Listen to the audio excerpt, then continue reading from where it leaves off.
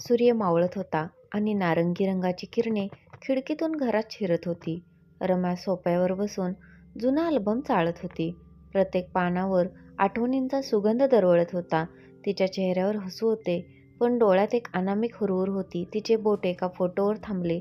तो होता तिचा धाकटा भाऊ विनयचा. विनय आणि रमा दोघेही लहानपणापासून एकमेकांचे जीवाभावाचे मित्र होते. विनय स्वभावाने शांत, समजूतदार आणि हळवा. रमा उत्साही, बोलकी आणि थोडी हट्टी. त्यांच्यात नेहमीच भांडणे व्हायची, पण ती क्षणिक असायची. एकदा दिवाळीच्या खरेदीला जाताना रमाचा ड्रेस विनयच्या सायकलच्या चाकात अडकून फाटला. रमा खूप रडली आणि विनयवर रागावली. विनयने लगेच आपली पॉकेट मनी देऊन तिला दुसरा ड्रेस घेऊन दिला.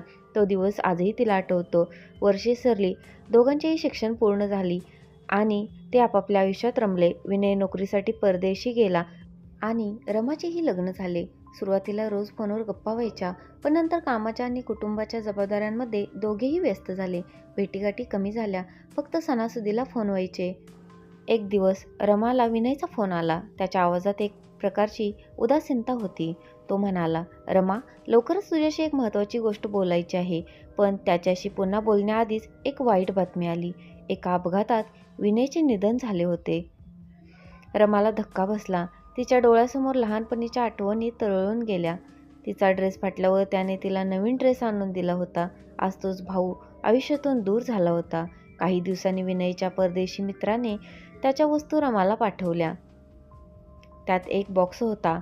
त्यात एक डायरी आणि काही फुलं होती. डायरी उघडल्यावर रमाला धक्काच बसला. ती डायरी तिच्यासाठीच लिहिली होती. त्यात विनयने त्याच्या भावना, रमाने त्याला दिलेले पाठबळ, त्याचे प्रेम आणि सर्वात महत्त्वाचे याविषयी लिहिलेले होते. त्या डायरीत एक मजकूर होता. रमा, आठवतं? एकदा तू मला म्हणाली होतीस की तू नेहमी माझ्या पाठीशी राहशील. आज जेव्हा मला तुझ्या मदतीची गरज होती, तेव्हा मी तुला बोलवू शकलो नाही. तुला माझ्यामुळे त्रास व्हावा अशी माझी इच्छा नव्हती. पण आता मला एक गोष्ट सांगायची आहे. डायरीचा शेवटचा कागद फाटलेला होता आणि त्याच ठिकाणी ती वाळलेली फुलं ठेवलेली होती. रमाचे डोळे पाणावले. तिला आठवले, ही तीच फुलं होती जी विनयने तिला लहानपणी तिच्या वाढदिवशी दिली होती. ती फुलं जपून ठेवण्यामागे त्याचे काहीतरी कारण असावे. आज रमाच्या आयुष्यात सर्व काही आहे. एक प्रेमळ पती, आनंदी कुटुंब, पण तरीही तिच्या मनात एक पोकळी आहे.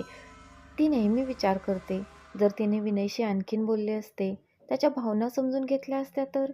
आजही जेव्हा ती जुना अल्बम उघडते, तेव्हा त्या फोटोमध्ये तिला विनयचे हसरे डोळे दिसतात. पण तिच्या मनात एकच प्रश्न घर करून राहतो, विनय, तू शेवटचे काय सांगणार होतास? ही कथा आपल्याला हे शिकवते की नाती जपायला वेळ द्या, कारण वेळेने नाही तर आपल्या माणसांच्या आठवणींनी आयुष्य समृद्ध होते. व्हिडिओ पूर्ण पाहिल्याबद्दल धन्यवाद.